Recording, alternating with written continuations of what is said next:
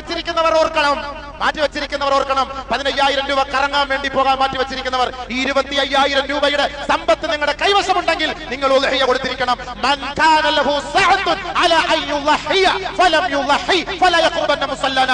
ആരുടെയെങ്കിലും കൈവശം ഉദ്ഹിയ കൊടുക്കാനുള്ള സമ്പത്ത് ഉണ്ടായിട്ട് അവൻ ഉദ്ഹിയ കൊടുത്തില്ല എങ്കിൽ ഫലാ യഖറബന മുസല്ലന, എന്റെ പള്ളിയിൽ അവൻ നമസ്കരിക്കാൻ വരണ്ട, എന്റെ മുസല്ലയിൽ അവൻ നമസ്കരിക്കാൻ വരണ്ട.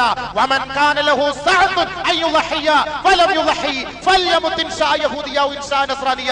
ആർക്കെങ്കിലും ഉദ്ഹിയ കൊടുക്കാനുള്ള സമ്പത്ത് ഉണ്ടായിട്ട്, കഴിവുണ്ടായിട്ട്, ഒരു ഷെയറെങ്കിലും ചേരാനുള്ള കഴിവുണ്ടായിട്ട് ഫലം യുളഹി, അവൻ ഉദ്ഹിയ കൊടുത്തില്ല എങ്കിൽ ഫൽയമുത് ഇൻഷാ യഹൂദിയ ഔ ഇൻഷാ നസ്രാനിയ, ജൂതനോ നസ്രാനിയോ ആയിട്ട് അവൻ മരിച്ചു പോകട്ടെ, ചത്തുപോകട്ടെ. കമാ ഖാല റസൂലുള്ളാഹി.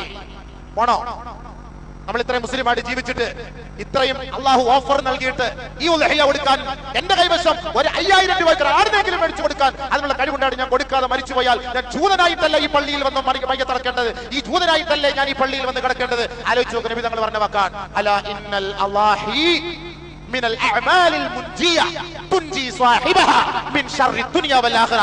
ഓർക്കണം, ഉദ്ഹിയ എന്ന് പറഞ്ഞാൽ ദുനിയാവിന്റെ ശർറുകളെ തൊട്ട് അല്ലാഹു തആല തടഞ്ഞു നിർത്തും. നിങ്ങളുടെ കുടുംബങ്ങളിൽ പ്രശ്നങ്ങൾ ഉണ്ടെങ്കിൽ നിങ്ങൾ നിയ്യത്ത് ചെയ്യണം, അല്ലാഹുവേ ഞാനൊരു മൃഗത്തെ വാങ്ങി ഞാൻ സദഖ ചെയ്തേക്കാം, ഹദിയ ചെയ്തേക്കാം. ഈ ഉദ്ഹിയ അല്ലാത്ത സന്ദർഭങ്ങളിൽ നിങ്ങൾക്ക് മാറാത്ത പ്രശ്നങ്ങള്, കുടുംബത്തിൽ മാറാത്ത വിഷമങ്ങള്, മാറാത്ത രോഗങ്ങള് നിങ്ങൾക്കുണ്ടോ, നിങ്ങൾ നിയ്യത്ത് ചെയ്യണം. അല്ലാ ഞാനൊരു മൃഗത്തെ വാങ്ങി ബലി കൊടുത്തേക്കാം, എന്റെ മകളുടെ രോഗത്തെ ശിഫയാക്ക്, എന്റെ കുടുംബത്തിലെ പ്രശ്നത്തെ ശിഫയാക്ക്.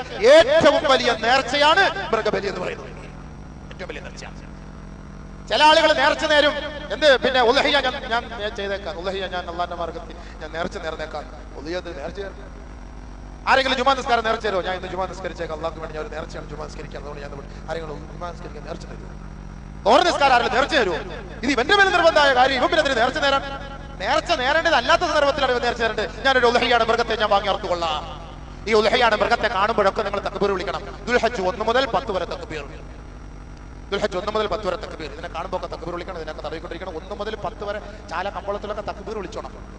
1-ാം തീയതി മുതൽ വിളിച്ചോണം, വിളിച്ചോണ്ടെ കട തുറക്കാൻ പോകാം. നിയമം അത്. ഇൻഷാ അല്ലാഹ് അടുത്ത ആഴ്ച അതുമായി ബന്ധപ്പെട്ടും ഈ ഉദ്ഹിയ മൃഗത്തെ പരിചരിച്ചാൽ ഉണ്ടാകുന്ന ഗുണങ്ങൾ കൂടെ